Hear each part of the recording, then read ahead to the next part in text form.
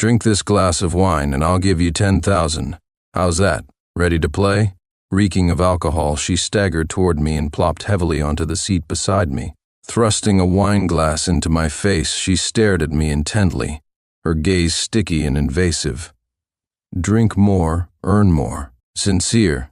Aren't I being generous? Suddenly the room erupted in laughter, loud enough to shake the ceiling. Someone shouted, "Haha, Sincere's landed a rich cougar. Living off a woman isn't shameful, but don't act all noble. She's the youngest heiress of the Shure group. Filthy rich. Looks like Sincere's marrying into wealth." "Congratulations," another chimed in. "Take it easy, heiress. Sincere's scrawny arms and legs might not survive your enthusiasm." The mocking laughter pierced my ears as everyone treated me like the evening's entertainment. I frowned, deeply regretting my decision to attend this so-called charity auction. I never expected it to devolve into such a disgraceful spectacle. As I reflected on these events, I turned around to see two familiar figures, one big and one small, running toward me. "Dad, honey." I smiled faintly, my heart full of love. I opened my arms wide, ready to embrace the beautiful future that belonged to my wife, my son, and me. Ethan's words seemed considerate, but they were laced with sarcasm. As a man, I could clearly see the contempt and hostility in his eyes. I calmly put down my plate, wiped my mouth, and declined once again. "Thank you, but I'm quite satisfied with my current job and have no plans to change." From a distance, a few familiar acquaintances shouted mockingly, "Sincere, you're really ungrateful. They're offering money, and a job. Just take it. You won't get this chance again." "Exactly, you're doing so poorly, but still, acting all high and mighty.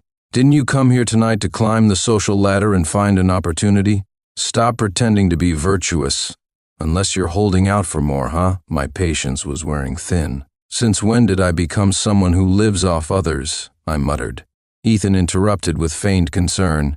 "Don't talk about Sincere like that. Maybe he genuinely enjoys his current job. Being a janitor is noble too, isn't it? Is this your way of getting back at me for breaking up with you? How much did you pay them to put on this charade?" I broke her illusion, tightening my grip on Victoria's hand, my voice firm as I declared to everyone, but especially to Elsa, "This is my wife, the woman I love deeply, and the mother of my child. I won't allow anyone to slander her. Miss Elsa, please watch your words." Elsa's face shifted from disbelief to shock, then to a pale, lifeless expression. In a past life, I might have apologized tenderly, coaxing her, unable to bear seeing her upset for even a moment. But in this life, everything is in the past. There's no need to look back. I cradled my son in one arm and held my wife's hand as we prepared to walk toward the center of the banquet hall. Elsa rushed after us, her tone still desperate as she said, "Sincere, I don't believe it, because the one you love is me. How could you ever love someone else?" While everyone was engrossed in gossip, the final auction item was slowly brought onto the stage. It was a uniquely designed necklace, simple yet striking. Its centerpiece was a crescent moon made of the world's rarest pink diamonds. Under the spotlight, it radiated a captivating brilliance. The moment I saw the necklace, a flicker of emotion crossed my eyes. For the first time that evening, I made a bid, $1 million. Ethan immediately countered with a higher bid, and we became locked in a bidding war. The price quickly soared from $1 million to $2 million, then $3 million. When I called out $4 million, Victoria gently held my arm. She said, "Honey, I know you want to win this for me because it's the one and only design you ever created, but it's not worth spending so much. Don't let Ethan provoke you." I smiled and shook my head. "I'm not doing this out of spite. I genuinely want to contribute to charity. I gave up my own dreams for my girlfriend's future, working 3 jobs every day and taking care of her as if she were royalty, preparing her meals and even running her baths. Yet I never imagined that during our moments of intimacy she would call out Ethan's name. Furious and heartbroken, I was left speechless and figuratively dead inside. But fate gave me a second chance, allowing me to be reborn. This time around, when I saw her embracing another man right in front of me, I didn't feel anger, only indifference. That's because I had already found my way to the top, supported by the heiress Victoria. At the graduation ball, I stood in a corner, watching my girlfriend, Elsa, wrap her arms around another man. His face radiated with smug satisfaction, while Elsa gazed at him with a deep affection I had never seen before. Just half an hour earlier, Elsa and I had been on our way to finalize our divorce papers, bickering incessantly as we drove. Worried she might catch a chill, I gestured for her to get into the car first. We exchanged a glance, and Victoria gave me a faint smile before leaning over to kiss me on the cheek. I respect trust and believe I will do well. With love in my eyes, I said, I'll be there soon. After returning home, I personally cooked a meal for you and our son. Seeing me like this, Elsa almost couldn't hold back her emotions. She couldn't forget how, when we were married, I pampered her so much that I wouldn't even let her endure the slightest hardship of household chores. The man who once treated her so well was now giving all that affection to someone else. Elsa's gaze at me was filled with complexity and pain. She questioned me, "How did you end up marrying Victoria? You two are from completely different worlds." Looking down at her, I replied, "This is a private matter between Victoria and me. I don't owe you an explanation." With a trembling voice, she said, "I just want an answer." Her nose reddened slightly, but she quickly composed herself, her gaze icy as she looked at me. "I never asked him to save me. He just can't keep his nose out of other people's business. If he hadn't picked a fight with Eddie in the first place, none of this would have happened. His injury is his own fault," she said coldly. Many nodded in agreement, murmuring that Elsa had a point. I was indeed asking for it. The man who had hit me grabbed my arm again, slapping my face mockingly. Behind him, a dozen others surrounded me, poised as if to carry out some kind of vigilante justice. Just then, someone shouted, "Wait, isn't that the Prince of River City?" The crowd turned to look. Upstairs, a group of bodyguards surrounded a young master as he made his way down. The atmosphere electrified instantly. "That's quite the entourage. That must be the heiress's son," someone exclaimed. The man gripping my shoulder smirked and said mockingly, "If I were you, I'd kneel right now to welcome the young master. If I weren't waiting for an important person, I would have stormed out long ago." The woman suddenly clung to my arm like an octopus. I held back, unwilling to physically confront her during such an event. But in that moment of hesitation, she grabbed a bottle of wine and started pouring it down my throat. "You should feel lucky, Sincere. Don't act all high and mighty with me. I'll give you 100,000, but you better behave." The liquid rushed into my nose, choking me and making me cough uncontrollably. I swung a punch, but I underestimated the woman's nearly 400-pound frame. I couldn't even break free. Her sheer weight pinned me down, rendering me immobile. Meanwhile, the crowd egged her on, handing her more glasses of wine, which she poured directly onto my face. I grabbed my phone, intending to call for help, but a sharp voice suddenly cut through the chaos. "Enough, stop it."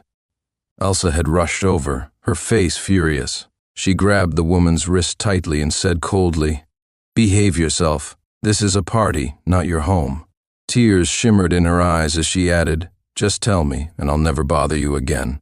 To be honest, I was eager to put a definitive end to my connection with Elsa, but just as I was about to explain, my phone rang. Upon answering, the event organizer inquired, "Mr. Sincere, Mr. Ethan, who purchased the necklace at the auction, would like to meet you personally. He believes you're a remarkable designer and wishes to thank you for creating such a wonderful piece."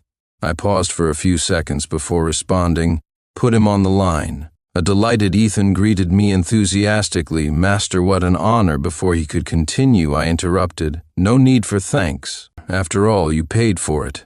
If anything, I should thank you for contributing to charity." Across from me, Elsa's pupils dilated, and her voice quivered. "That necklace, you designed it?" She began to piece things together. For someone like me who lacked artistic talent, what could have driven me to design such a necklace? Was it for Victoria? No. She resented having married too young, blaming her decision for sacrificing the opportunity to study abroad and pursue her dreams. Now, she was stuck working as an obscure designer in a small studio. I felt suffocated too. Throughout our marriage, every time we were intimate, Elsa would call out Eddie's name. She had also secretly taken birth control pills for 5 years. I had long grown tired of this marriage. Suddenly, the sharp screech of brakes filled the air, and the car spun out of control. A deafening crash followed, and the world plunged into darkness before my eyes. When I opened my eyes again, I found myself back at the graduation ball. Elsa was nestled in Ethan's arms, and I instantly understood that the Eddie she had been calling out for all these years was none other than the charming art major Ethan. Just as in my previous life, the champagne tower on stage suddenly collapsed, sending crystal glasses and golden champagne crashing to the floor. Chaos erupted and screams filled the room. They thought to themselves, even though he has the title of a senior teacher, his pockets must be empty. Meanwhile, Ethan and Elsa began bidding frequently, especially Elsa. Returning to the country this time, she intended to further elevate her reputation. She spared no expense, spending tens of millions in one go. Her extravagant actions successfully drew everyone's attention, and her reputation began to shift positively. Some people remarked, "Elsie seems to be doing well on her own. If she had really ended up with Sincere, that poor guy, she wouldn't have achieved so much." Others added, "But isn't Sincere rich now? His wife is the heiress." Another person countered, "So what if she's the heiress? That's Victoria's money. He's just living off her. Keep your voice down, don't let Victoria hear you." Yet another voice chimed in, "But to be fair, Elsa is quite outstanding. Sincere, no matter how capable, is just a teacher. He doesn't really match her." After verifying my identity, I was allowed to spend some time alone with him, in a room. I only said 2 sentences to him. The first was, "You've always loved Elsa, haven't you?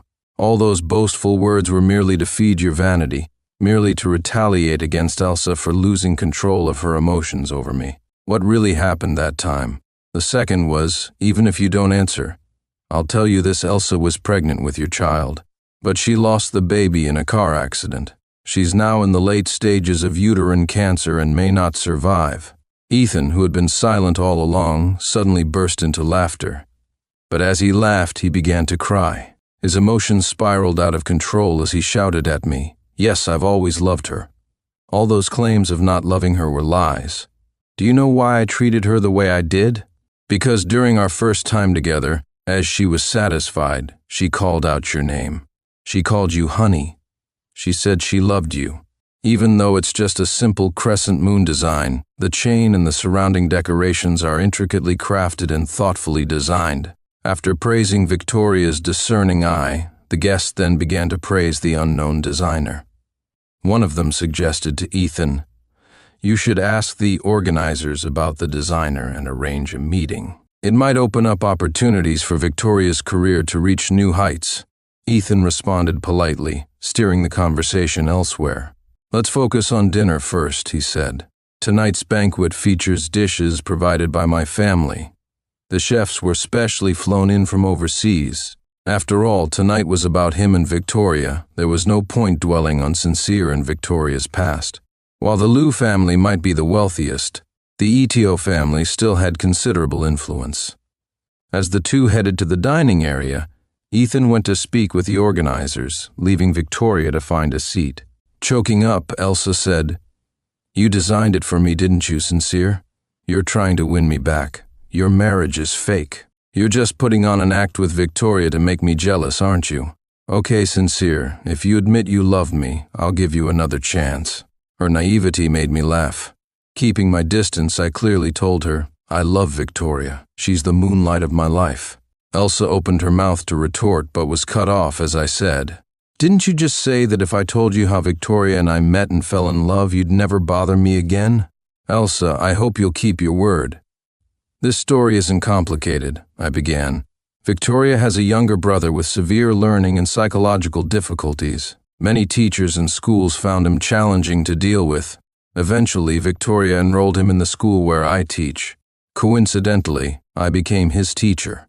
My teaching philosophy is to tailor my approach to each student." He then turned to me and continued, "Think about it carefully, Sincere. You're not getting any younger, and you don't have savings.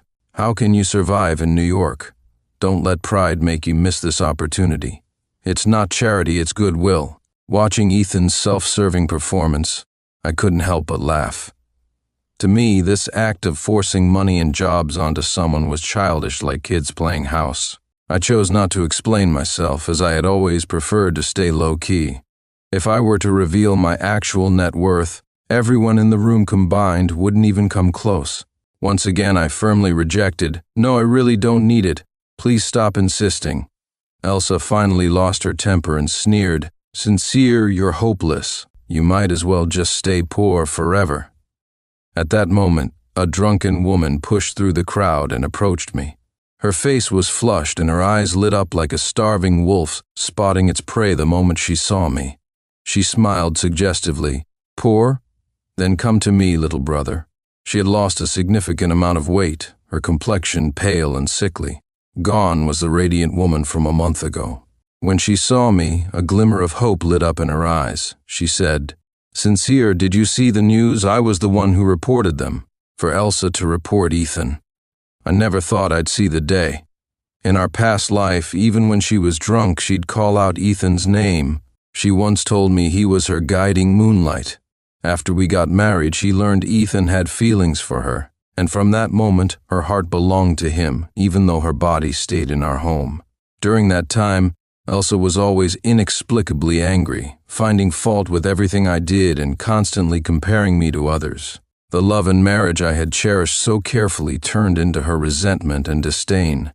In this life, we didn't continue our relationship. Elsa successfully ended up with her guiding moonlight, Ethan. But now, she had actually reported Ethan and his family. In my past life, Elsa had rushed over to push me out of the way, cutting her arm on shattered glass and leaving a permanent scar. But this time, I stood far from the champagne tower and Elsa clung tightly to Ethan's arm, staying rooted in place. Across the chaotic crowd, they exchanged a glance before Elsa decisively turned away, pulling Ethan along as they left the scene. From that moment, I thought my life with Elsa would completely diverge, never to intersect again. Yet, who could have predicted that 5 years later, at a charity gala, our paths would cross once more? I had just returned from a philanthropic event in the mountains, still wearing simple casual attire, when I stepped into the grand banquet hall. My eyes were immediately drawn to a stunning figure in the crowd, Elsa. She was dressed in an opulent gown, radiating beauty and poise like the brightest star in the night sky. And you, shameless as you are, still dared to covet Elsa. Another chimed in, "Sincere, hurry up and apologize. Trash like you is going to ruin tonight's banquet." Yet another voice rose. "Ethan might be forgiving, but as their close friend, I can't stand by." "Don't act mute, say something." Those eager to ingratiate themselves with Ethan and Elsa surged forward, their fingers nearly poking my face. Someone even threw a piece of fruit peel at me from behind. Despite the attacks, I stood tall, ignoring them all. Miss Sherry rolled up her sleeves, determined to reclaim her dignity in front of me. Taking advantage of my distraction, she charged forward, knocking me down to the floor. She straddled my waist and gripped my neck tightly, shouting, "You worthless scum refusing to drink my toast. Do you think you're better than me? Fine. Stay down here and apologize to Eddie and Elsie." Flashlights popped all around as people scrambled to capture my embarrassing moment. Ethan feigned concern, saying, "Don't let Sincere get hurt. You were the one who decisively broke up with him back then. Now that you see he's doing well, you want to swoop back in and reap the rewards? Life doesn't work that way." Saying this, Victoria wrapped her arm tightly around mine, tilting her head as if pretending to be angry, and asked, "Tell me, is what she said true or false?" I quickly shook my head, my gaze filled with unwavering sincerity, instantly reassuring Victoria. Upset, Elsa sneered, "You coward, why won't you admit it?" Turning to Victoria, she continued, "Let me tell you, he was once my honey. He cooked for me, did the housework, washed my clothes, even bathed me. When I was sick, he stayed up all night watching over me. If I cried, he would kneel down and apologize. He gave up his career for me. To make sure I had enough to eat, he even sold his blood." Initially, Elsa's words sounded like boasting, but as she went on, tears streamed uncontrollably down her face, her voice turning into sobs. "I don't need to change jobs. I actually quite like the one I have now. It's not shameful, nor does it mean I've given up. I'm content with my life. You can keep your money for someone else." Elsa hesitated, pressing her lips together tightly as she stood there, glaring at me with resentment. At that moment, Ethan came over holding a wine glass. Glancing down at the credit card in Elsa's hand, a flicker of displeasure crossed his eyes, but he quickly masked it with a gentle expression. Taking Elsa's hand, he turned to me and said, "Sincere, if you don't accept our goodwill, let me offer you something practical. I've just opened a photography studio downtown.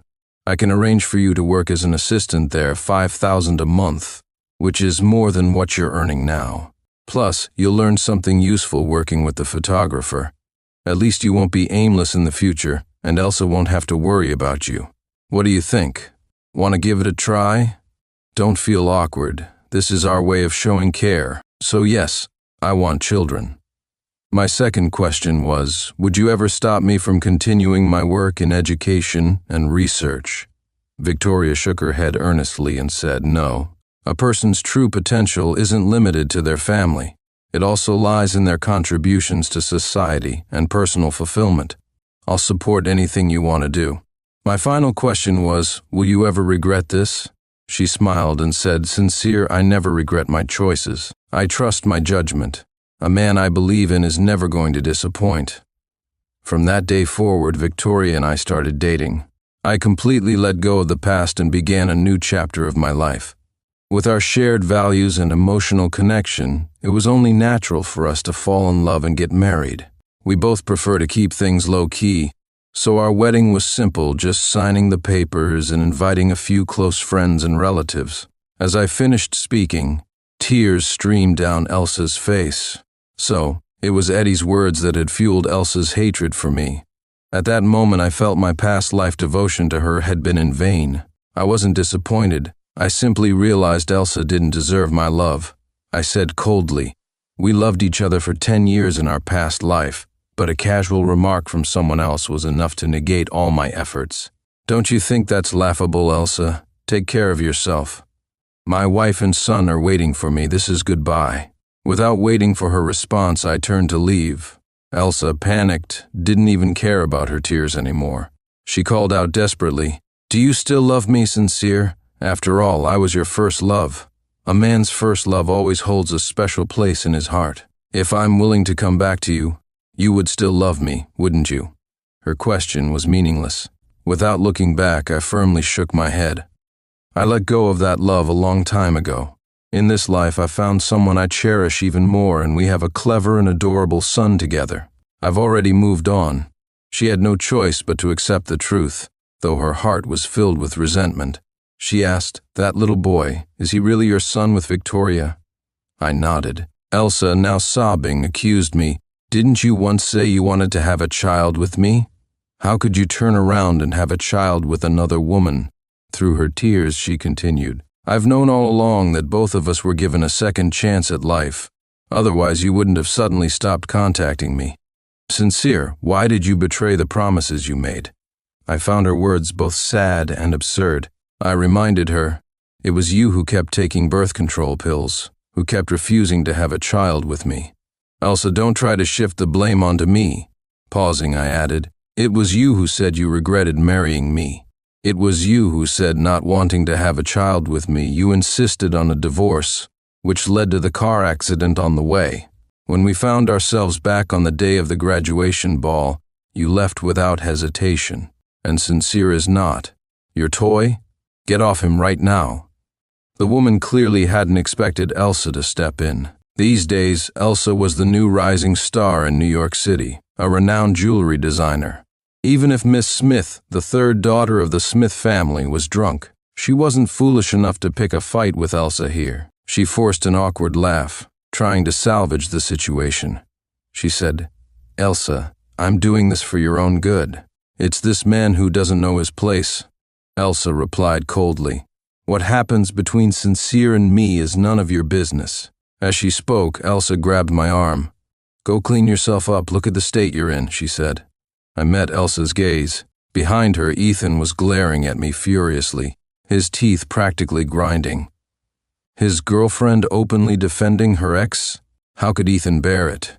He took a step forward, grabbed me, and said, "I'll take him to change. Elsa, you have other things to handle. Since you had already tacitly agreed to break up, why bother entangling now?" Elsa shouted angrily, her voice trembling with frustration. "I said those words because you never supported me. You even emailed those art studios asking them not to feature my designs. Sincere, it was you who ruined me, and yet I always loved you." Her accusations left me bewildered. If I had not supported Elsa, why would I have given up my passion for education, devoting myself entirely to her? What happened in our last life that caused Elsa to harbor such a ridiculous misunderstanding? I didn't want to bring up the past, but I also didn't want to remain entangled with her. So I told her, "I never sent those emails asking them not to feature your work. On the contrary, I approached several magazines, humbly begging them to publish your designs. I gave up my job for your dreams, started doing odd jobs to earn money, and wished for your success more than anyone else. How could I ever have sabotaged you?" Talk about shooting herself in the foot, how ridiculous. Another added, "No matter how talented a famous designer may be, she's no match for Victoria in terms of wealth, status, or looks. The difference isn't even close." Yet another chimed in, and Ethan tried to insult Sincere with a job that only pays $4,000 or $5,000. Sincere is a nationally renowned top-tier teacher. Schools everywhere are vying for him. He doesn't need Ethan's help to find work. It's laughable. One person joked, "Sincere, you should have told us about your wedding. We'd have loved to join in and share your happiness." I glanced at the people who had ignored me at first, but now couldn't wait to cozy up to me. I found it all utterly amusing. Except for my wife and son, I paid no attention to anyone else. When Elsa and Ethan entered, they overheard the crowd's ridicule. Instinctively, Elsa looked in my direction, only to see me affectionately peeling nuts for Victoria and Leo. Elsa had entered a competition with her self-designed Lifetime Love jewelry collection and won first place thanks to her talent and hard work. At the awards ceremony, she publicly confessed her love for me on camera. I found out about this incident when one of the parents approached me hesitantly and asked, "Mr. Sincere, is it true that you've separated from your wife and chosen that jewelry designer?" The online news was in an uproar, especially since Elsa's storytelling made our romance sound like a fairy tale, touching countless hearts. But I felt no emotion, only disgust. Losing me was her regret. Doing all this now held no meaning. I was truly aggravated. Just as I was about to call Elsa, a call came in from an unknown number. After hesitating for a few seconds, I picked up. On the other end was a hurried voice asking, "Are you Ms. Elsa's boyfriend? This is St. Mary's Hospital. She was in a car accident and had a miscarriage. Please come quickly." Elsa broke down crying as she reached the end of her story. She thought back to the charity gala when several old classmates approached her, trying to persuade her. "Elsie, you've missed out on the person who loves you the most in this world," they said. Some even revealed the truth to her. Ethan never truly loved her. Back in college, he pursued her because he had made a bet with his dorm mates. He even bragged that during the graduation party she had seduced him. And he thought she tasted pretty good and decided to keep her as a casual fling. Later, when Elsa achieved success in her career, Ethan began flaunting her as his girlfriend, treating her as nothing more than a trophy to show off. After discovering Ethan's true nature, Elsa finally realized what she had lost. She even asked around about Sincere's current work. Despite being just a teacher, Sincere held a high position, earning millions annually solely from private consulting fees. Yet Sincere devoted himself wholeheartedly to education. He truly was an admirable man. To outsiders, she might seem like a cold, untouchable heiress of the city, but in reality, she's warm, kind, and approachable. Someone in the group brought up Ethan. "Did you hear? Ethan's father, Dr. Ito, got exposed for academic fraud. He used shady means to secure funding for research projects, bribed review panels, and even plagiarized others' work. And Ethan was his accomplice. They got arrested." As they spoke, someone pulled out a news clip to show me. Seeing it for myself, I couldn't help but feel a bit shocked. Ethan used to be the high and mighty rich kid, and his father was once a well-respected professor. But now, both father and son were utterly disgraced in front of the cameras. Not only were all their research-related projects canceled, but Dr. Ito's decades-long academic reputation was also completely destroyed, and they were even facing legal charges. I despised people like them. The real victims of such acts are the honest researchers misled by Dr. Ito's falsified findings and the public who invested resources but gained nothing truthful in return. Victoria wasn't angry at first, but hearing these details, she couldn't help but feel a pang of pain, not because I had once sacrificed so much for Elsa, but because, Victoria said coldly, if he was so good, why did you betray him? How could you trample on a man's most sincere feelings so casually? Elsa, what did you take his love for? Now you want him back? Don't you think it's too late? Let me tell you, what you've lost will never belong to you again. What you didn't cherish, someone else will. Elsa shouted back. That was in a past life. I thought choosing Ethan this time would make my life better. I made the wrong choice, but Sincere and I really loved each other in our past life. Why can't you give him back to me? With that, she began sobbing and tried to kneel down. Her pathetic, self-degrading display made Victoria frown. Victoria didn't believe in past lives. She only believed in me. But seeing Elsa utterly lose control and genuinely about to kneel, Victoria hurried forward to stop her. She noticed that the head chef seemed to be giving special attention to Sincere's family. This, without a doubt, was Victoria's doing. The wealthier someone was, the more entitled they seemed. Victoria initially didn't want to care. She had parted ways with Sincere long ago, but as she recalled how, in her previous life, he had pampered her like a treasured gem, and how, just recently, he had injured his arm protecting her, she couldn't shake the feeling that his actions were meant to make her jealous. With this thought, Victoria approached their table and, in a deliberately loud voice, said, Miss Victoria, we're all here for the same banquet. Why is it that you're eating something different from everyone else? Is it because you're used to forming exclusive little cliques? So even dining has to be handled differently? The guests who had been eager to toast with Sincere and Victoria looked stunned. Everyone wanted to curry favor with the heiress of the Liu family. Yet here was Victoria, practically picking a fight, unafraid of offending her. One of my former classmates stammered uncontrollably. Barty spoke up. Your wife is actually the richest woman in Charleston, Victoria. Sincere, is this really true? Someone responded, Why even ask? The head organizer addressed him as Professor Sincere. The prince calls him Dad. Turns out, Victoria's husband, whose identity has never been disclosed, is none other than Sincere, the globally renowned master educator. And the Victoria family is a true aristocratic dynasty.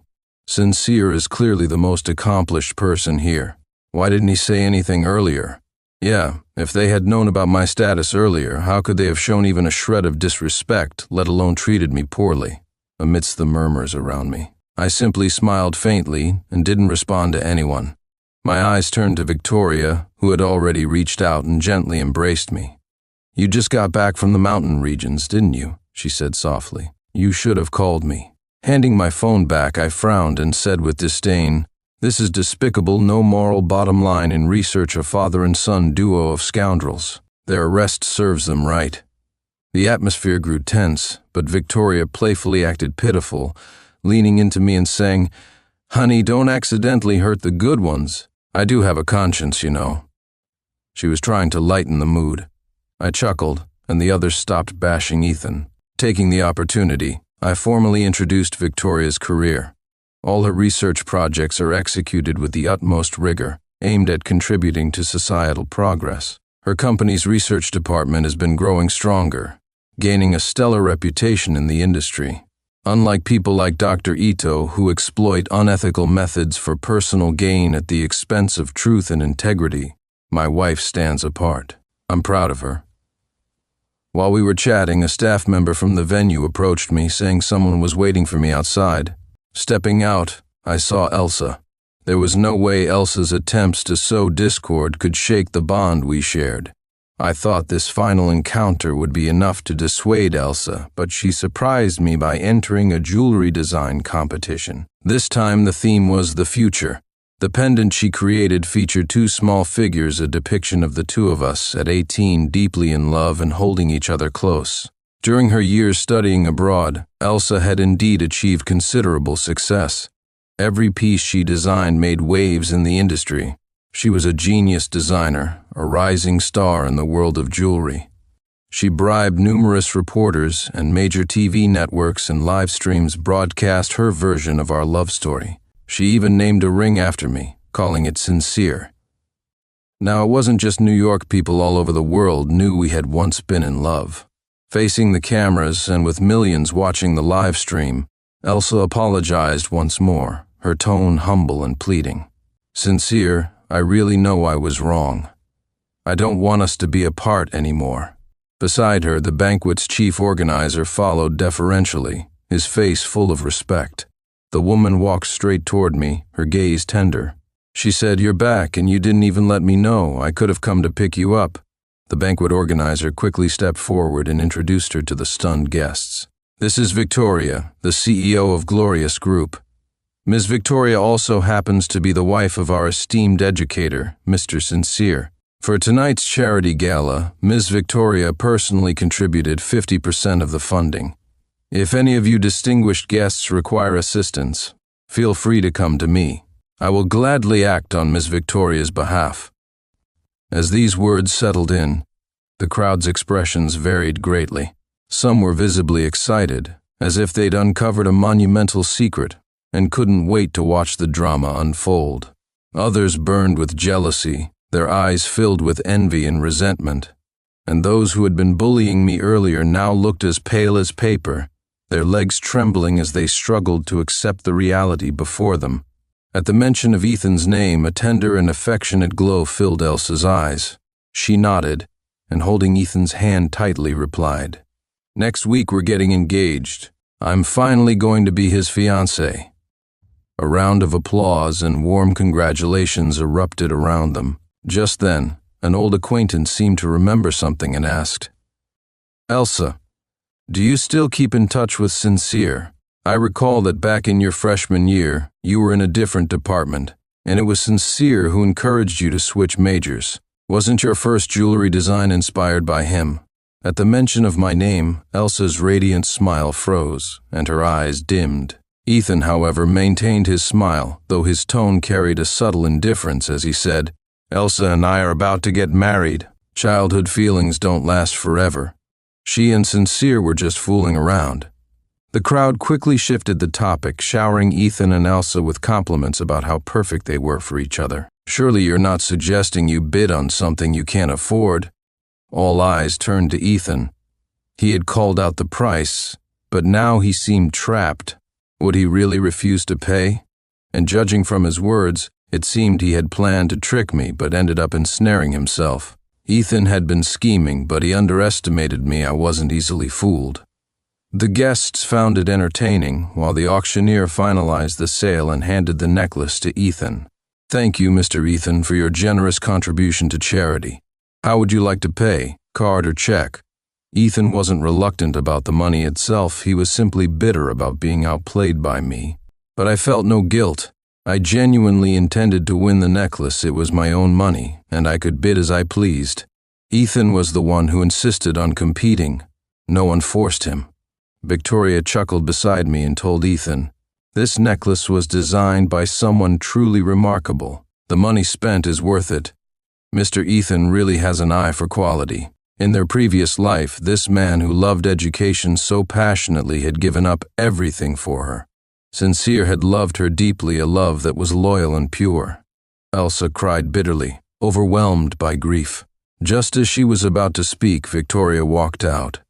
Elsa wasn't willing to let go so easily. She suddenly rushed over and hugged me tightly, deliberately speaking to Victoria. "Sincere, I was your first woman. How can you abandon me?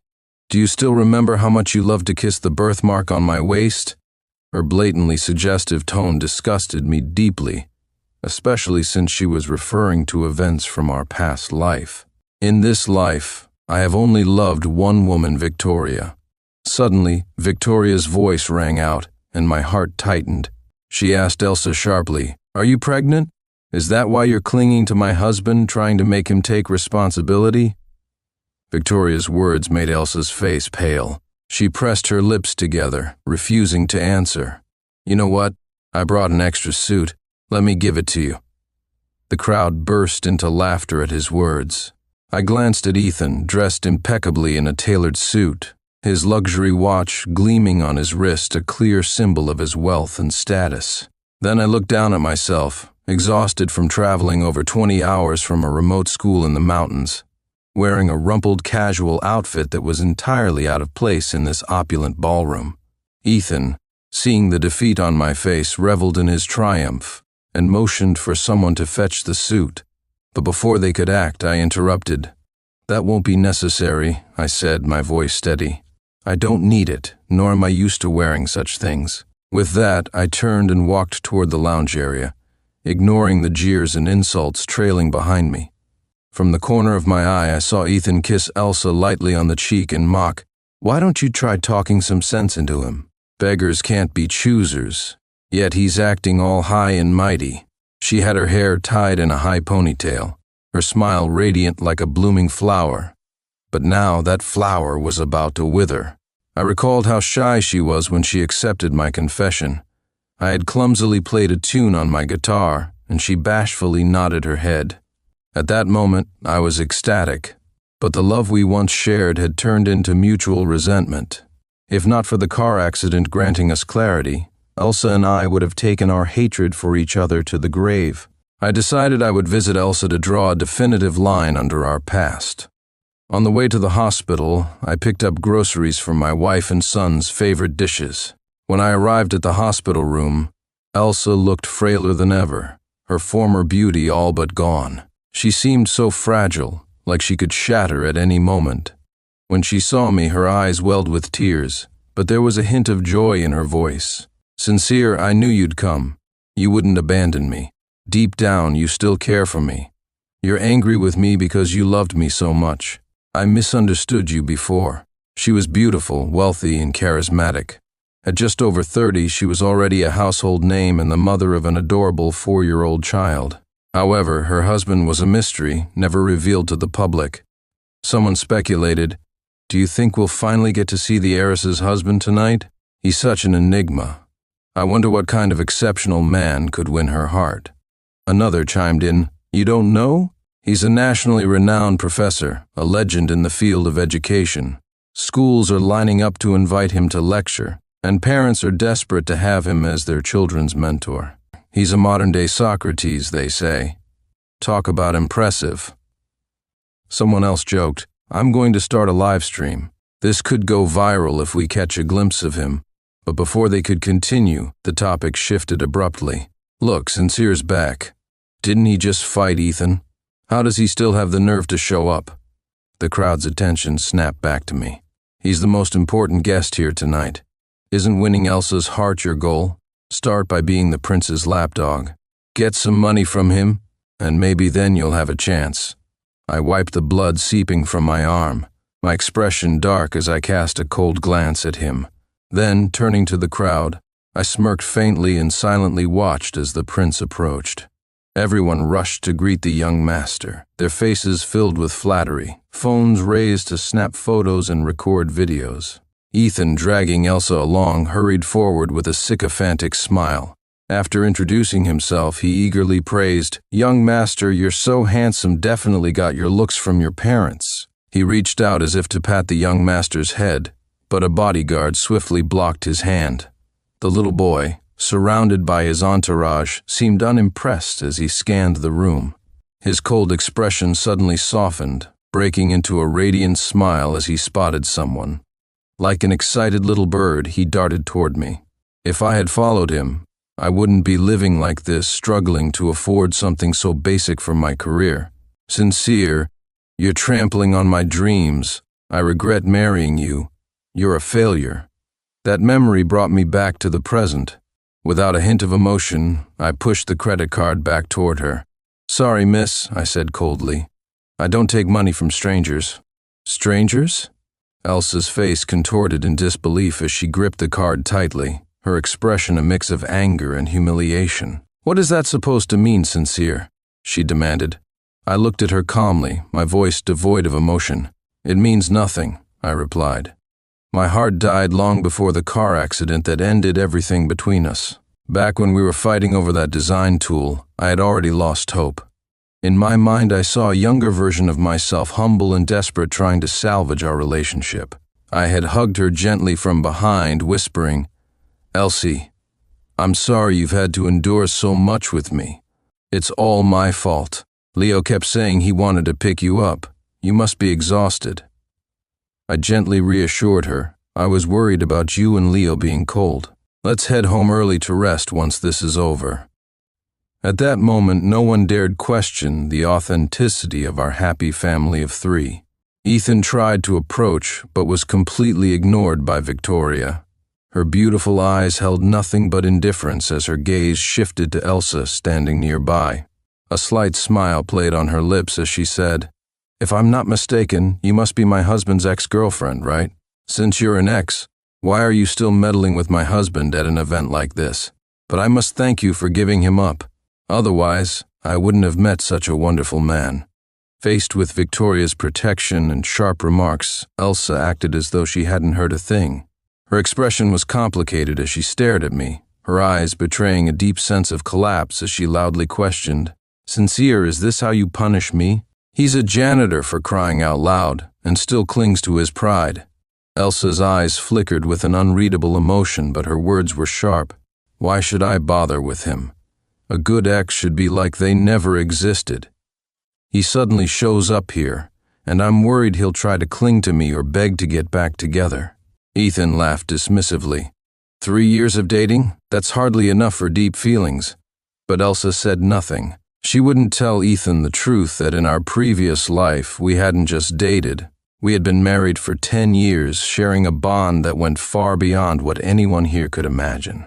While I was nibbling on some food in the lounge area, Elsa appeared again.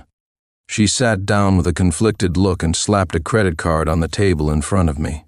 "Sincere," she began, her tone wavering between guilt and frustration. "I know you were good to me in the past, but we're over now. How could you let losing me ruin you like this?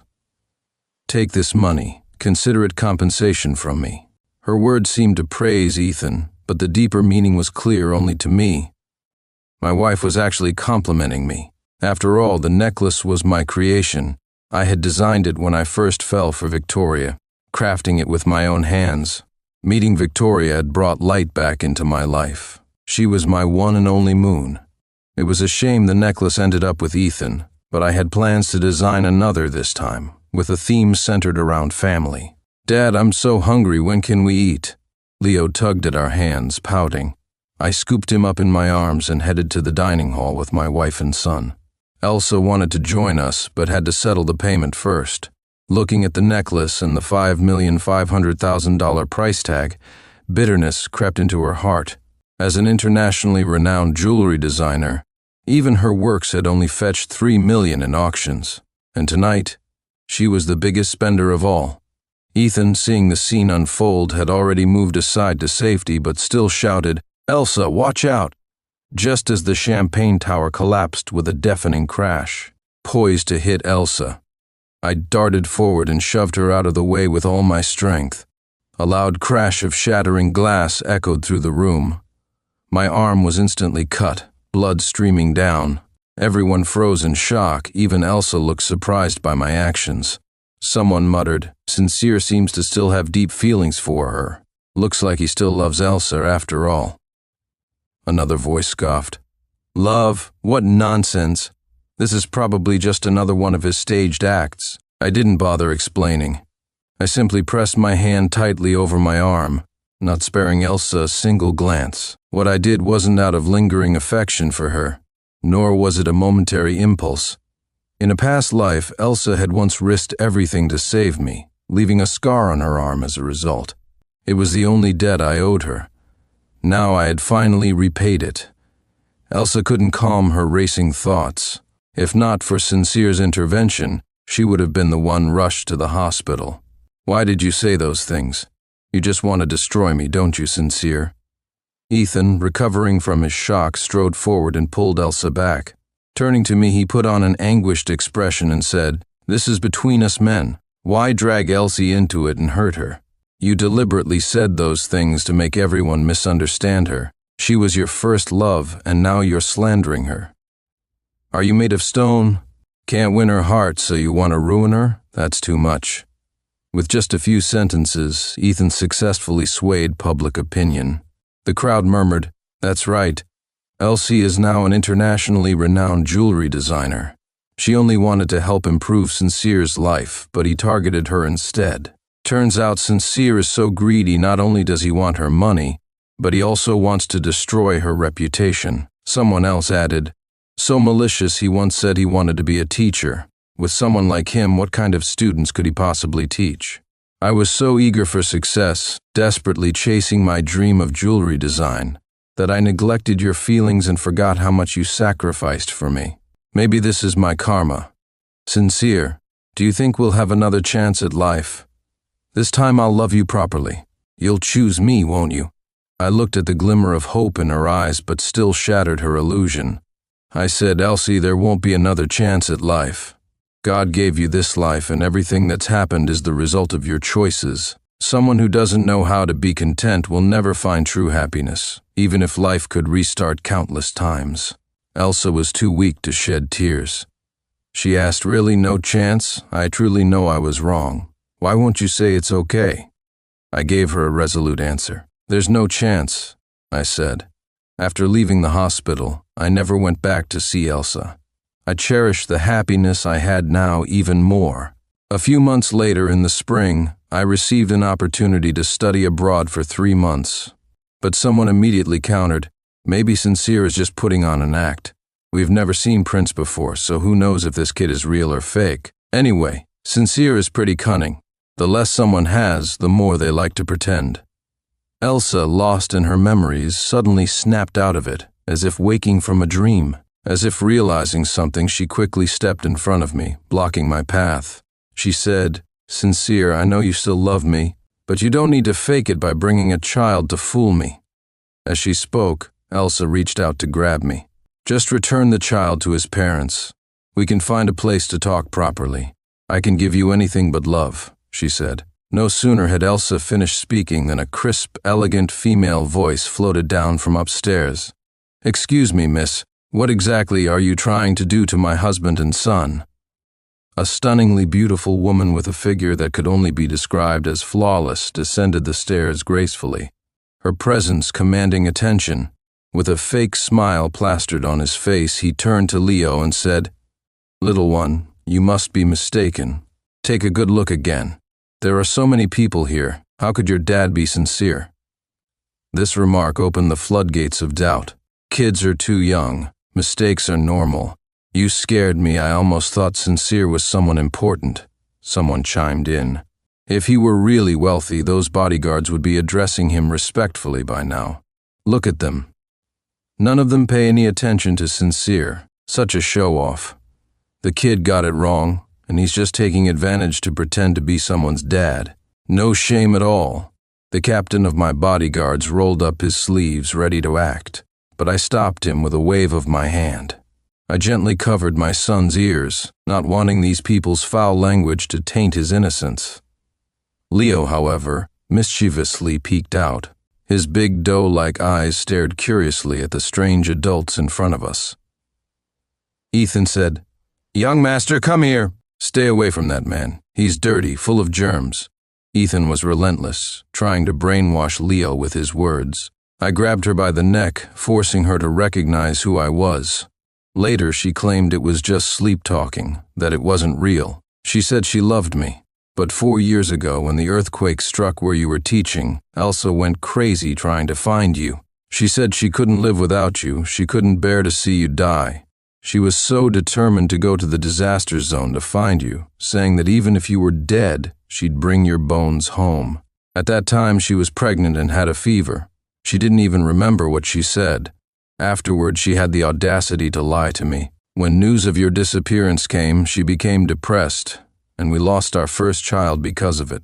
I loved her so much, helped her reach the pinnacle of her career, and just when we were about to get engaged, you returned. Why? Sincere, why did you get married? Elsa still loves you." Ethan's face showed signs of collapse. Tears streamed down as he quietly said, "You know, I once had a dream. In the dream, you and Elsa got married. Everything was my fault. I just want to tell you that I've never regretted being with you, not even in our past life. Only by your side could I feel like a princess. Sincere, I know I was wrong. Can you forgive me? Can we start over? I'll try my best to accept treatment. I won't let them remove my uterus because I want to have a child with you. Sincere, I love you." I set down the fruits I had brought and crushed her last glimmer of hope. "Elsa, I hope you can understand that the moment we were reborn and you left me, we were truly done. We broke up. My stance has always been clear. I said, I have a family now, I have a child, and I love my wife deeply. So please, don't ever say such things again." But Elsa shook her head in disbelief. She said, "We never officially broke up back then. How could we have ended things? After all our years together, how can you just forget everything? I know you're only mad at me, Sincere. Don't be angry anymore. I've already apologized." When working with her brother, I was exceptionally patient and meticulous, guiding him step by step onto the right path.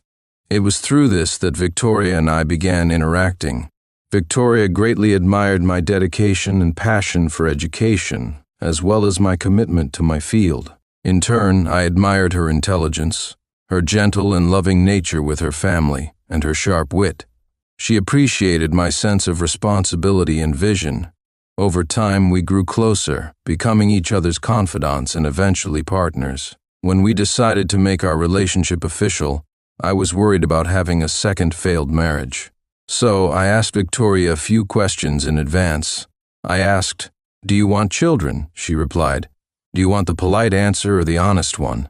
The polite answer would be something like, "It's a decision we should make together." But the honest answer is, "I love children. I've always wanted one of my own." My parents passed away early, leaving just my brother and me. I've always dreamed of having a warm, happy family. I looked up at the night sky, where countless stars twinkled against the darkness, and a full moon hung high. A month after the charity gala, I received an invitation to a class reunion. I had declined many such invitations over the years, as both Victoria and I were busy, and neither of us was particularly keen on public events. But when I handed the invitation to Victoria, she wrapped her arms around my neck, sitting on my lap, and said, "Honey, let's go. The venue happens to be at that estate I own. The scenery there is beautiful. We can go camping and have a barbecue, and you can catch up with your old classmates." Curious about why Victoria suddenly wanted to go, I saw her lean closer with a shy, playful smile. "I just want to see if there are any other rivals for your affection. That way, I can make it clear to everyone that I'm your darling." Her words filled me with a bittersweet tenderness. Over the past month, Elsa had been sending me messages from various phone numbers.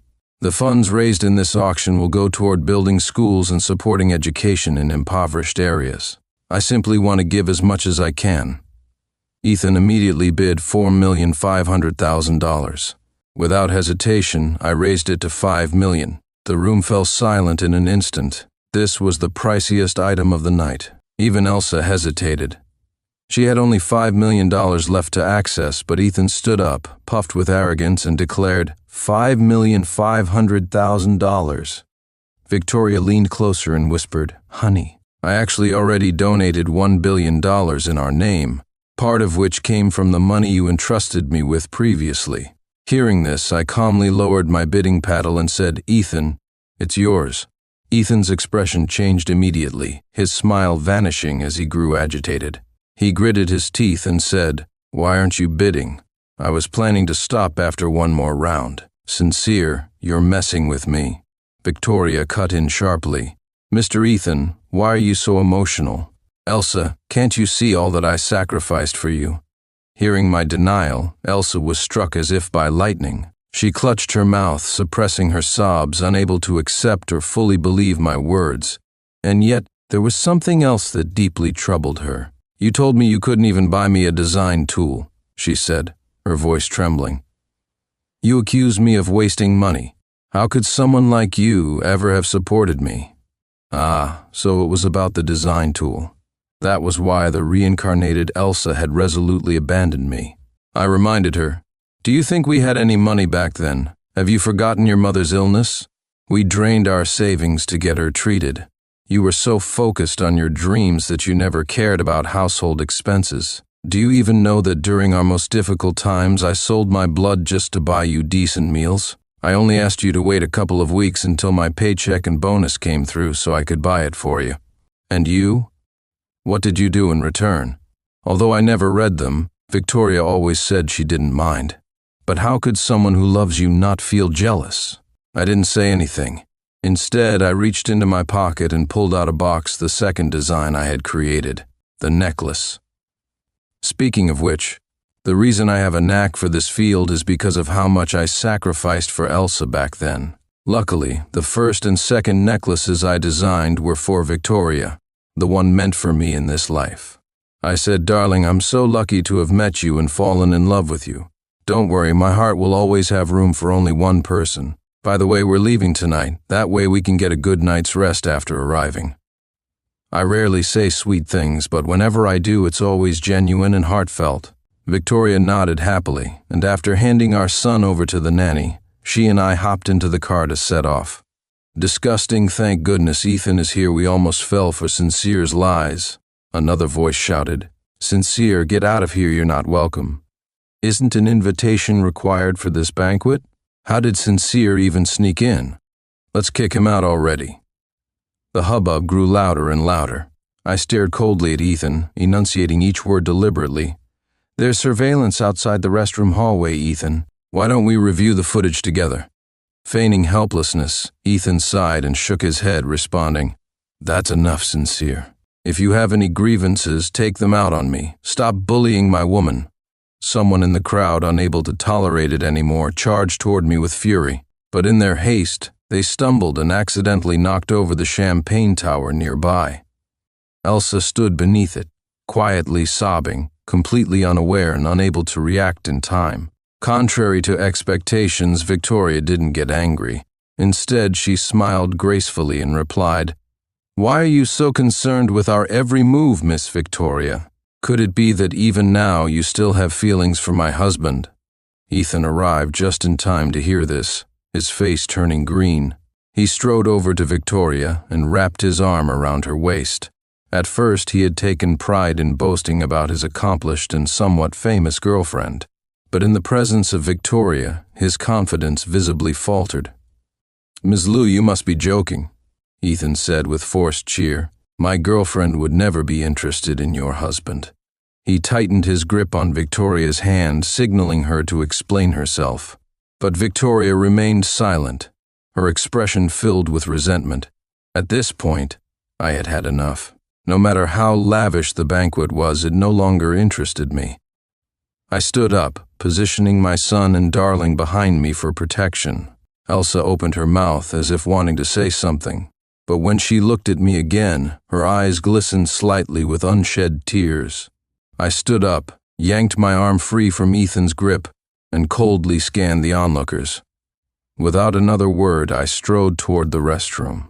Ethan sneered internally. While the crowd was still gossiping about Elsa and me, he quickly shifted the topic. He said, "I heard the CEO of Premier Enterprises and the young master are upstairs in the conference room. We might even get a chance to see the heiress of New York tonight. She's been wanting to buy Elsa's designs. Looks like Elsa and the CEO are the real stars of tonight." As soon as he said this, the crowd grew excited, their attention immediately diverted. Ethan, satisfied with how things were going, walked toward the direction I had gone.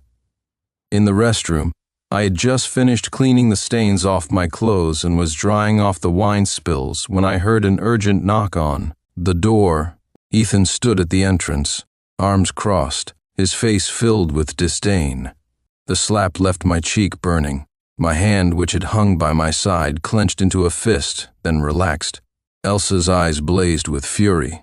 She didn't even spare me another glance as she knelt to help Ethan, carefully examining his face for non-existent injuries. She said, "Sincere, you've gone too far this time. You act all dignified in front of me, but behind my back you're nothing but a hypocrite full of jealousy and malice. I can't believe I ever trusted you." I opened my mouth, wanting to explain that Ethan was orchestrating all of this and that using our personal history in such a public setting was disgusting. But before I could say more than a word, Elsa roared, "Shut your mouth, you make me sick, Sincere. You'll never have me. Just give up already." Watching the two of them leave together, I laughed bitterly. After straightening my clothes, I returned to the ballroom. The guests were buzzing with excitement about the evening's special guest, the heiress of New York City. She would insist that our relationship was perfectly balanced. Elsa used to scorn my decision to work as an educator, not realizing the groundbreaking achievements and contributions I had made in the field. But Victoria, on the other hand, always showed great interest and took the time to deeply understand my work.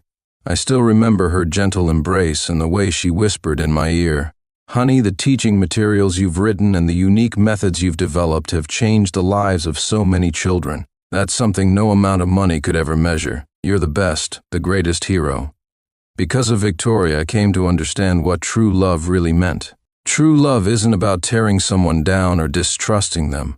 It's being the light that guides them through the darkness, the warm hand that holds theirs in the night. It's two people striving toward their dreams together, walking side by side, supporting each other through life's journey. Victoria and I had come so far together. Flirting with Ethan while still thinking about Sincere? All eyes turned toward Elsa. Taking advantage of the distraction, I pushed the woman off me with force, got to my feet and walked away, eager to find a quieter place to wait for someone. I couldn't bear to stay another second in the midst of these foolish clowns jumping around like jesters. Someone muttered, "Could Elsa really be like that?" Another questioned, "That can't be right." And for Ethan to say all this in front of Sincere, was he deliberately showing off? Yet another whispered, "Sincere must be lying." If he were, though, why would Ethan and Elsa both be stunned? As I prepared to leave, Elsa suddenly rushed toward me, grabbing my hand with disbelief written all over her face. She shouted, "How can you say such things, Sincere? You're slandering me, defiling me. You want to ruin my reputation. How can you be so cruel? You used to protect me." Tears welled in Elsa's eyes as she clutched my shirt and shook me desperately. "Explain yourself to everyone." Miss Smith, who had just been humiliated earlier, stormed toward me like a firecracker, kicking me hard in the leg. "You think you're so tough, huh? Turns out you're just a scumbag lusting after someone else's wife." She spat. This time Elsa acted as though she hadn't seen anything. She sat on the sofa with Ethan not far away, feeding him grapes with tender care. She glanced at me coldly, clearly waiting for me to make a fool of myself. Ethan, pretending to be magnanimous, said, "Don't be too hard on Sincere. Matters of the heart are complicated." When things spiraled out of control in the western suburbs, I said to Sincere, "When Victoria and I get married, you must come for a drink. It's time to let go of Victoria and start a new chapter in your life." The crowd, oblivious to what had happened in the restroom earlier, now praised Ethan's grace and composure upon hearing this. Someone commented, "Ethan and Elsa are such a perfect match, golden boy and golden girl, completely compatible." My voice was calm as I replied, "What destroyed our marriage was your lack of trust and your wavering heart."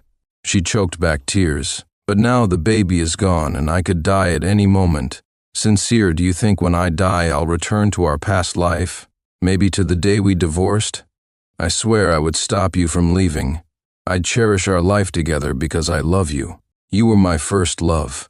No matter how hard my heart had become, hearing those words made me falter. After a long silence, I finally said, "You should seek treatment where medical technology is more advanced. Live well and don't give up on yourself. I've told you this before." Sobbing, Elsa said goodbye. "I'll wait for you. If you don't come, I won't close my eyes." As I hung up the phone, a student came in to deliver something, catching me in a daze. Memories of Elsa flooded back the day of freshman orientation, where we were both chosen as the new student representatives. Whether it was the staff or the other guests, everyone was showering Victoria and Ethan with compliments. After all, they were genuinely wealthy. However, no one seemed to know who had crafted the most expensive necklace at the auction. Some speculated that it must have been designed by a mysterious and highly skilled artist, perhaps even a retired master. Others suggested that all the items at this auction had significant provenance, and the necklace might have been donated by some billionaire collector. Victoria and Ethan certainly have an eye for quality, someone remarked. They instantly recognized its immense value. Another guest turned to Victoria and said, "Victoria, you're a designer. With your expertise, what do you think of this necklace? It seems extraordinary, doesn't it?" Victoria examined the necklace carefully. The more she thought about its price, the more appealing it seemed to her. She finally said, "There are many remarkable designers in various countries, low-key but immensely talented. I believe this necklace might be the work of some retired master." She recalled the past life, how she had once been injured protecting Sincere. He had shed tears then, vowing with unwavering conviction never to let her get hurt again. And for a time he had kept his promise. Even during that fatal car accident, he had held her tightly to shield her. But in the end, they both died. Who could have imagined she would be granted a miraculous second chance at life? Elsa was determined to avoid the hardships of her previous life. Yet at this moment she was shaken to find that Sincere still harbored feelings for her. Only love, she thought, could drive someone to protect another so recklessly. A thought crept into her mind: if Sincere had just a bit more money, perhaps she would never have left him. Unaware of Elsa's inner musings, I turned to leave and tend to my wounds. But Ethan's cronies quickly surrounded me, shouting accusations. "You're nothing but bad luck. If it weren't for you, none of this would have happened. Cut the act, it's just a scratch. If Ethan and Victoria are present, I won't be. Time and again they've targeted my husband. While he's generous enough to ignore such behavior, I'm not willing to let it slide. I will never tolerate anyone disrespecting my husband." Her words drew a clear boundary and served as a reminder to the other guests. Moving forward, any business involving Ethan or Victoria would not receive support or collaboration from the Liu family. Ethan scolded Victoria, "Look what you've done. Why can't you even handle an ex-boyfriend? I still need to find out who donated that necklace, and now you've got to go and fix this mess." Victoria had no intention of fixing anything. She had her pride. But the thought of Sincere and Victoria together left her with one burning question she couldn't ignore. As I carried my son into the car, I heard Victoria calling out from behind, her voice urgent and breathless. "Sincere, I need to talk to you." Victoria, still wearing her evening gown, looked stunning. She said, "A lady should have more self-respect. There's no medicine for regret in this world." I stepped forward, took Victoria's hand firmly, and once again made it clear to Elsa, "I stopped loving you a long time ago. You were the one who chose this path. You thought switching to another man would make your love and marriage more fulfilling, so you threw away my love. I have never regretted parting ways with you. The past is best left behind. From now on, let us go our separate ways and cherish what lies ahead." After saying this, I turned and left, holding Victoria's hand, ignoring Elsa's desperate pleas behind me. She broke down completely. Determined to win me back, she tried to follow, but the security guards at the door stopped her. Left with no choice, she hid in a corner, crying and silently vowing that this time, no matter what, she would never let go of me again. A week later, I saw my name featured in the headlines at school. "Use it to take better care of yourself." Looking at the young, vibrant Elsa sitting before me, my thoughts drifted back to our past life, the memories of walking hand in hand through campus, the smiles we shared as we planned our wedding, the admiration others had for our love. Elsa had always dreamed of becoming a renowned jewelry designer, while I had aspired to be a dedicated teacher in underprivileged areas. But reality demanded sacrifices. To fund her dreams, I gave up my teaching career and devoted myself to working multiple jobs, pouring every penny into her ambitions. I remembered one particular fight. Elsa wanted to buy a set of design tools worth tens of thousands of dollars. Despite earning a decent salary of over $2,000 a month, I could barely keep up with her expenses. I asked her to wait 2 weeks, but she exploded, ripping up her sketches and screaming at me. "I should have listened to Eddie back then and gone abroad with him," she had shouted. As I was about to leave the hospital room, Elsa raised her voice in a sharp, anguished cry. All women are the same. Do you think Victoria truly loves you? Why would an heiress from New York take an interest in someone as ordinary as you? You two can never be happy together. Sincere, only I am truly the right person for you. I quickened my pace, wanting to maintain some dignity for both of us. But Elsa's words only deepened my disgust. She was exactly the same as in our previous life, unable to change. When she thrived, she looked down on those who struggled. When she struggled, she envied those who thrived, even trying to drag them down into her misery. People like her are always full of regret and never satisfied. I had done everything I could, and whatever happened to Elsa from now on had nothing to do with me. My love for Victoria, on the other hand, was unshakable. Everyone believed that my marriage to Victoria was me reaching beyond my station, but Victoria always said otherwise. I stood quietly in the distance, watching Elsa silently accept everything. My thoughts drifted back to the opening ceremony of our freshman year in my past life. Back then, we fell in love at first sight and quickly became inseparable. When Elsa designed her first piece of jewelry, she had looked at me with a face full of happiness and said, "They say the eyes of your beloved are the world's 8th ocean. Sincere, this jewelry design is inspired by you. My heart and eyes are filled with your name. I love you, I only love you." That love, once so fervent, had now become nothing more than a joke. My heart. Victoria walked into the grand hall, her steps calm and composed. Suddenly, a sharp voice pierced through the crowd. "Sincere, is that really you? Wow, are you seriously showing up dressed like that? How far have you fallen?" The mention of my name drew everyone's attention toward me. Another voice chimed in, "This is a high-end charity gala. Showing up like this is just disrespectful."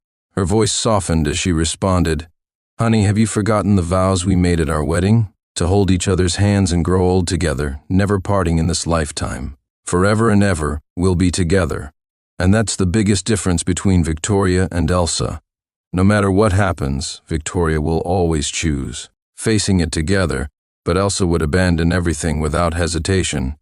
Yet when she sees you living well, she would rush back and shamelessly beg for reconciliation." I shut down my streaming channel, stopped paying any attention to anything related to Elsa. After work, I went to pick up my wife and son to go home, but upon seeing Victoria, she told me, "Honey, Elsa was stabbed by Ethan." I don't know how serious it is. I was puzzled and only learned the whole story from Victoria. Ethan's father took the blame for everything, so Ethan was released after 2 months. However, he was left with nothing, no money, no job, and could only go looking for Elsa. "I promise I'll work harder, earn more, and give you a better life. Please believe in me. One day, we'll own our home, and we'll have a child of our own." But she had shoved me away violently, her face filled with disgust. "Have a child," she had spat. "Sincere, you've already ruined my life, and now you want to ruin a child's too? I don't want kids. Not with you. Never." And that was the moment everything had truly ended. "I want a child, but I don't want to have one with you." This sentence extinguished the last trace of passion and hope in me. They say love ultimately depends on conscience, and I have no regrets when I reflect on mine. So, when the car accident happened, I felt no fear. Instead, I felt liberated, finally free from this broken marriage that had caused me so much pain and heartache. "Sincere, answer me. What do you mean by this?" Elsa's voice rose, tinged with anger and embarrassment. My tone remained calm as I replied, "I can afford to buy my own clothes." My expression darkened instantly. I pushed his hand away and said sharply, "Stay away from my son. The filth is in your mind. My son wouldn't be like you, unable to figure out who his own dad is." I ended the farce then and there. "Ethan, we're all adults here. Show some dignity." With that, I picked up my son, ready to leave this place of trouble and attend to my own matters. Leo leaned on my shoulder, sticking his tongue out playfully at Ethan. In a crisp voice, he said, "Uncle, my eyes are very clear. I know exactly who my dad is." Doesn't Uncle know who his dad is? Uncle must be really silly. Silly people spread their silliness, don't they? "Dad, let's go." Someone in the crowd couldn't help but exclaim, "This kid is so smart he looks about 4 years old, yet he speaks so fluently and logically. Could he really be Sincere's son?" After all, Sincere had been the top liberal arts student when he entered university. I set down my son, pulled out a card from my pocket and handed it to her, repeating her own words from the past, verbatim. "I know how good things used to be between us, but that's long over. How could you resent me now that I have a happy family? Take this money. It's my compensation to you. Buy yourself something nice and take care of yourself." The pain in Elsa's eyes was inexplicable. She wanted to say something, but at that moment the staff came in to announce the start of the charity auction, which would be followed by a banquet. Ethan walked up to Elsa, but instead of wiping away her tears, he coldly reminded her, "Elsa, don't make a fool of yourself. I'm your partner now. Don't embarrass me in front of everyone." With only a few minutes left before the auction began, I sat in the guest of honor's seat, becoming the center of everyone's flattery and praise. They fawned over me while sneaking mocking glances at Elsa and Ethan. Someone remarked, "Who would have thought Sincere would marry the heiress?" Elsa initially thought she could brush him off with a bank card. From the window, Leo pouted and said, "Dad, Mom, I want to come too." Victoria pinched his chubby little cheeks and said, "If you come, then there won't be a little sister for you." "Leo, do you want a little sister or do you want to come with us?" Leo stopped whining. His mood instantly lifted as he began excitedly looking forward to his mom bringing back a baby sister. On the day of the reunion, Victoria and I arrived quite early, but to our surprise, many people were already there. Everyone was from the same department, and some were even from the same dormitory. I held Victoria's hand tightly and introduced her to everyone. This wasn't like a charity gala where people flatter and curry favor. It was all heartfelt congratulations. One of my old buddies, Chris, said, "Man, you got married and didn't tell us? Now we're here scrambling to make up for the wedding gifts." Another chimed in, "Your wife is stunning and so elegant, I heard she's in research. That's amazing." Victoria was poised and gracious, but Elsa avoided him, angrily cursing him as a scumbag and wishing him dead. The insult pushed Ethan over the edge. He grabbed a knife and charged at her. He accused Elsa of being ungrateful, claiming that her success was all because of his help. Yet she had abandoned him, driving him to lose his senses. Victoria recalled the incident with goosebumps on her arms. She said Elsa's clothes were drenched in blood when she was taken away, and Ethan was also taken into custody. "Honey, those who have wronged you are facing their punishments now." Thinking about it, I asked my wife for her opinion. "Darling, may I visit Ethan? He'll definitely face charges for intentional injury, but before that, I want to see him." Victoria didn't say anything. She hugged me and kissed me. "Honey, Leo and I will wait for you at home. Don't keep us waiting too long." At the detention center, Ethan's hands still had traces of blood. He kept his head down, silent, refusing to cooperate with police questioning. "The reason we're eating separately," I said, "is because my son is allergic to seafood. These ingredients were specially arranged by my wife. We're eating our own food." "What's the issue with that, Miss Victoria?" Victoria retorted, "Of course I have an issue. These chefs were flown in from overseas by Ethan. One night of their services cost tens of thousands of dollars. The chef, who was busy cooking, waved his hands apologetically. In broken English he said, "Sorry, I didn't charge anything. This is a charity banquet and I volunteered to help. Also, I'm actually the Liu family chef. I've taken care of the young master since he was a baby, preparing a separate meal for him." "What's wrong with that?" Ethan was left speechless, while Victoria's face was filled with envy. I took Darling and our son and prepared to leave. A few opportunistic guests came over, eager to form connections. "Mr. Liu, Mr. Sincere, how about a toast? Perhaps we could find a quieter spot to talk privately." Victoria declined firmly. Standing at an elegantly adorned display table, she introduced the exquisite jewelry pieces showcased there with enthusiasm. The designs were dazzling and unique, clearly the work of a master. Guests showered her with praise, marveling at her talent. Elsa truly lives up to her international reputation as a designer. In just 5 years since graduation, her creations have captivated the overseas market. She's the pride of New York." Their words were filled with admiration and reverence. Another guest added, "Top billionaires and aristocrats abroad consider owning one of her designs a symbol of prestige. Didn't one of her pieces sell for $10 million at auction last time?" It amazed the entire jewelry design world. Someone else chimed in, "Elsa, I studied art back in school too since we graduated from the same college. You have to mentor me and share your insights surrounded by compliments and adoration." Elsa basked in the attention. Then, a stylishly dressed heiress in the crowd curiously asked, "Elsa, are we going to be drinking to your engagement with Ethan soon?" The picture of our harmonious family of 3 made her chest tighten with discomfort.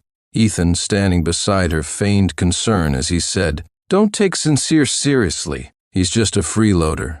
Just wait when the auction starts. He won't be able to afford a single item. Victoria's affectionate behavior toward him is just for show, to save face. She can't possibly truly love him.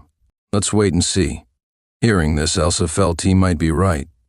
To her, marrying into a wealthy family wasn't as glamorous as it seemed. For Sincere, becoming the son-in-law of the heiress would undoubtedly be a tough road. He thought he could rely on Victoria to exact revenge, but within Victoria's family he might not even get enough to eat. Otherwise, why would Victoria let him dress so modestly? With this conviction, the two sat down and waited for the auction to begin. The auction officially started.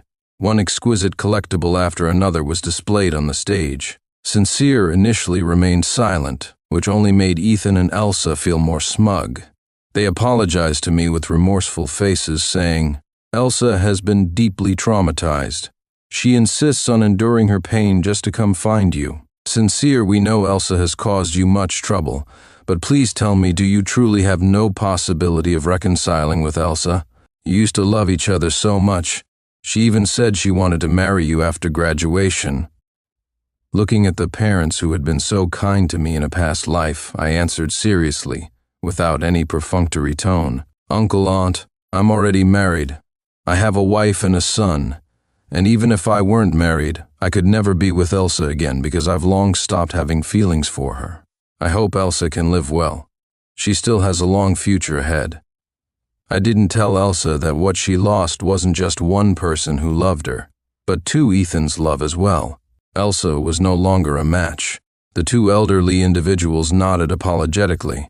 Later I heard from someone that Elsa had gone to a larger hospital for treatment where her uterus was removed. He hugged my leg tightly and shouted at the top of his lungs, "Dad is the best, Leo loves Dad the most." This scene left everyone around us speechless, especially the men who had insulted and even attempted to harm me just moments earlier. Their gazes seemed frozen, locked on us. Prince's tailored suit was unmistakably haute couture, and even his hair was meticulously styled. His outstanding demeanor and appearance were in stark contrast to my simple, worn-out clothes. But why would Prince call me Dad? Elsa's face paled further. She gritted her teeth and muttered softly, "Impossible. Sincere can't have kids." She thought back to the past. They had been together for years, yet her own belly never showed any signs of life. Although she occasionally took birth control pills, it wasn't every time. In her mind, it was Sincere who was infertile, incapable of fathering children. So how could he possibly have such an adorable child? This can't be real. Ethan was the first to voice skepticism. She might survive, but on a snowy night, I received a call from Elsa's mother. She said, "Sincere, Elsie. Elsie is nearing the end. Can you come see her?" I was silent for a long time, and finally, with a hoarse voice, I replied, "All right." The moment I hung up the phone, I tried to recall the bits and pieces of love we shared in our past life together. Sadly, I could barely remember anything. It turned out that time really could dilute everything, even love could disappear in the long river of time. When I saw Elsa again, she had become a mere shadow of her former self, her cheekbones protruding sharply, completely devoid of her former beauty. Elsa stared blankly out the window, murmuring, "It's snowing." Only when I called her name did her eyes light up slightly, but very quickly she avoided my gaze and said sadly, "Sincere, I look so ugly now. You definitely don't like me anymore." I didn't say a word. Elsa seemed to regain a bit of energy and began rambling on. She said, "Sincere, I'm sorry. I was too insecure before." Instinctively, I opened my arms, and the small bundle threw himself into my embrace. His soft, sweet voice was tinged with a touch of complaint as he said, "You're finally back." The usually aloof young master now pouted pitifully, clutching my hand tightly. His adorable demeanor melted the room. "Dad, you weren't home yesterday. I missed you so much." The stern lines of my face softened as I held my son close, my voice gentle as I reassured him. "Daddy was busy with work yesterday, remember? I told you Dad might come back a day late," he pouted. "But I just miss you. I don't want to be apart from you for even a day," the little guy said, his voice tinged with a sob as his whining became more intense. I gently tousled my son's hair and smiled as I coaxed him. "Dad's taking a day off tomorrow. I'll take you out for some fun. How does that sound?" The little one, who had been sulking moments ago, suddenly lit up. Taking advantage of Elsa's distraction, I quickly pushed her away, brushing off the area of my clothing she had touched as if I were removing dirt. Turning to my wife, I wanted to explain, but Elsa seemed to lose her mind. She continued to stir the pot, shouting, "What are you so proud of? Your honey once loved me so deeply he was willing to die for me. He's always kept me in his heart. His first love was me. I will forever be his white moonlight. Once he's tired of you, he'll come back to me." Elsa thought her words would strike Victoria like a dagger to the heart, throwing her into disarray. But to Victoria, Elsa's antics were nothing more than the childish tantrums of someone ridiculous and immature. She didn't care about these so-called past events. After all, they were long buried in the past, and she had absolute trust in me. Why would she believe Elsa's one-sided claims? Victoria responded calmly, "I only trust my honey. Don't even think about trying to ruin our relationship. Are you regretting it now?" "Elsa, I have a clear conscience when it comes to you. I gave far more than you ever realized. As for those emails, they had nothing to do with me." Despairing, and on the verge of collapse, Elsa trembled uncontrollably. Deep down, she knew. We had been together for 10 years in our past life. How could she not know the kind of person I was? I had never lied to her. That was why her confusion and pain grew even deeper. Tears streamed down her face as she stood frozen, unable to speak. She had always believed I was the one obstructing her future. In reality, I had loved her deeply all those years. During our marriage, Elsa had never done a single household chore. Not even bathing herself, I had attended to her every need. And yet, wiping her tears, she muttered, "Eddie told me it was you who emailed those studios. That's why I never succeeded. He said you couldn't bear to see me succeed, that you were afraid I'd leave you once I made it big. You tried to block my future. Losing you has been unbearable for me. It was my fault. I didn't cherish you. Please forgive me, okay? We loved each other so much. The jewelry I designed sells so well because you are my inspiration. Please, come back to me. I can't live without you." Those words to me were nothing but a cruel joke now. I coldly watched the broadcast and quickly dialed my wife's number. Victoria was at work. When she answered and heard what I had to say, she chuckled softly. "I'm not happy about this," she teased. "I'll have to punish you. What a mess, your ridiculous ex. Someone who doesn't know better might think I'm just some pitiful, bitter wife." I replied, "Fine, punish me however you want, darling. I'm only worried you might misunderstand, that you might think I still love Elsa. You have no idea how grateful I am to have met you. I love you so much. But Elsa keeps harassing me, trying to destroy our marriage." Victoria could hear the concern and urgency in my voice. She knew I was a responsible man. I immediately denied being her boyfriend, but then the caller added, "While performing surgery, we discovered a tumor in her uterus. The biopsy results confirm it's late-stage uterine cancer. I did not go to the hospital, but contacted Elsa's parents to inform them and asked them to go instead. At the same time, I reached out to an old friend working in new media to suppress the trending news. That afternoon, I received a call from Elsa herself. Her voice was weak, almost lifeless. "Sincere, can I see you one last time?" she asked. My response was cold, as I wanted no further entanglement or to give her any false hope. "I've said everything clearly. I've let go of the past and you don't need to try to hold on, I replied. Before I could finish, her coughing interrupted me. Her voice was faint as if it could disappear at any moment. I've known about my illness for a while, she said softly. But when I found out I was pregnant, I kept telling myself it was your child. I was wrong. I've always wanted to have a child with you, but Ethan kept deceiving me. He destroyed our marriage. He's just too in love with Elsie. He hasn't committed any real crime. Then, turning his gaze toward me, Ethan added, Sincere, get up. You look particularly like a stray dog right now, pitiful. I tilted my head back, meeting Ethan's gaze directly, then glanced at Elsa, whose eyes brimmed with disdain. She spoke up harshly. Sincere should be on his knees apologizing to you. He's nothing but garbage. In that instant, I realized there was no need to preserve the last shred of dignity for Elsa. I chuckled and asked Ethan, Did you not say that every time Elsa was with you, she whispered my name? Pausing for effect, I added, The last time she lost her composure over me, what exactly happened?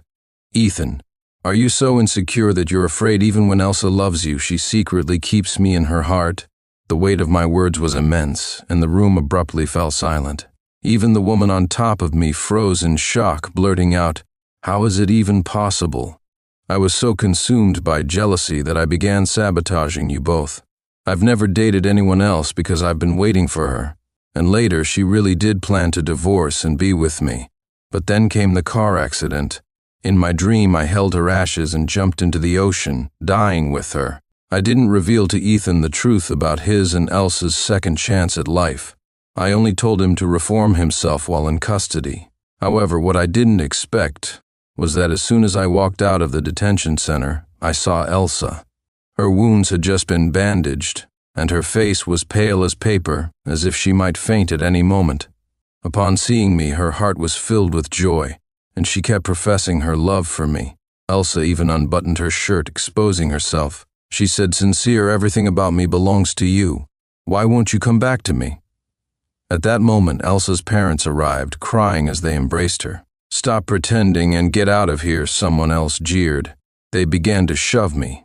A few men, stronger than the rest, grabbed my arm as if I were some stray dog, intent on throwing me out.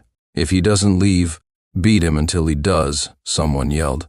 Yeah, don't let this troublemaker ruin the party. He's just trying to act pitiful so we'll forget how he attacked Eddie earlier. I shook them off with force, my eyes scanning the crowd coldly before resting on Elsa, who quickly looked away. I knew then I truly owed her nothing anymore. As I turned to leave, a hand suddenly clamped down hard on my shoulder. You hit Eddie earlier and haven't apologized. Where do you think you're going?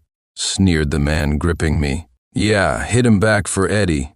Someone else chimed in.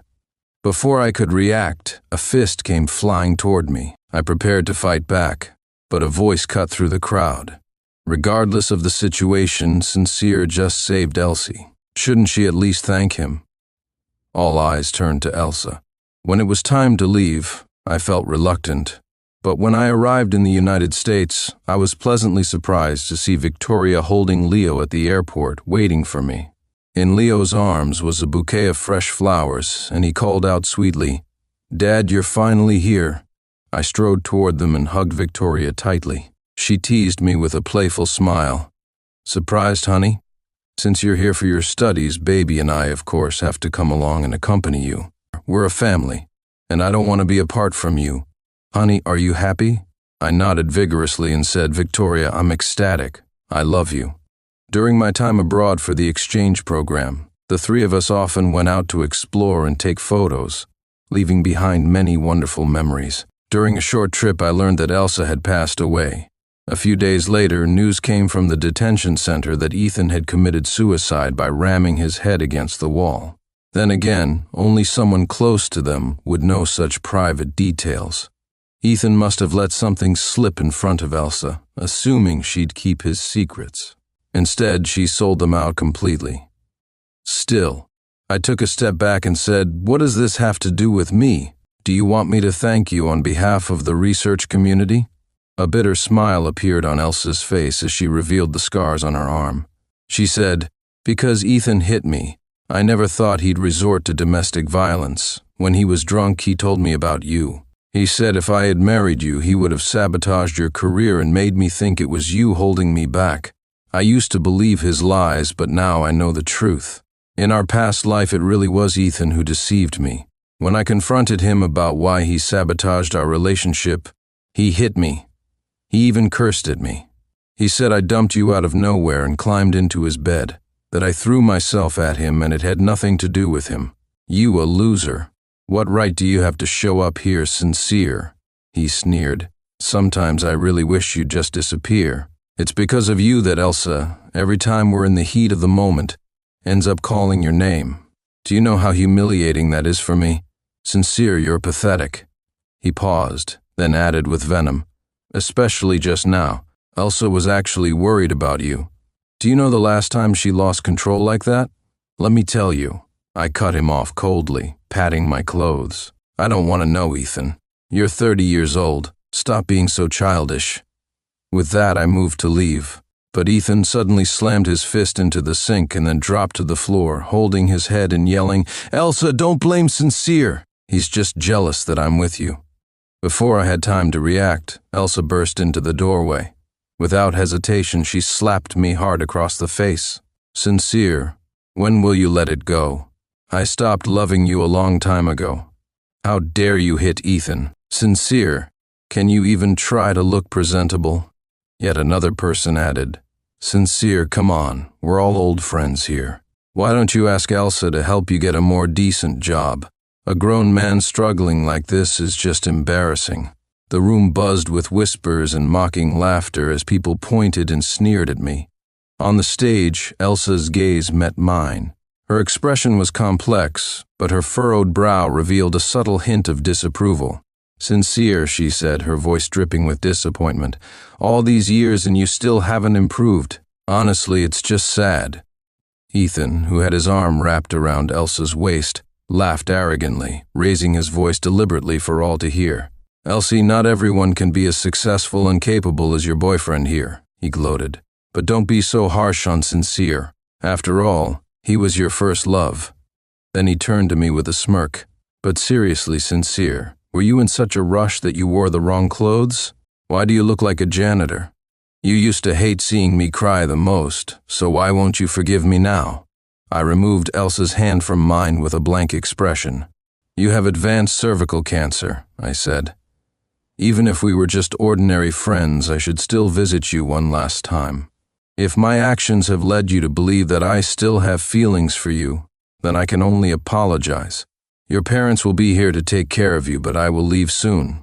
In my previous life, I clung desperately to our marriage, which was the most foolish thing I've ever done. I should have let you go sooner. I no longer love you, and I hope you can stop living in the past." As I finished speaking, Elsa's face was overwhelmed with pain. The last sliver of hope she had been holding on to was shattered.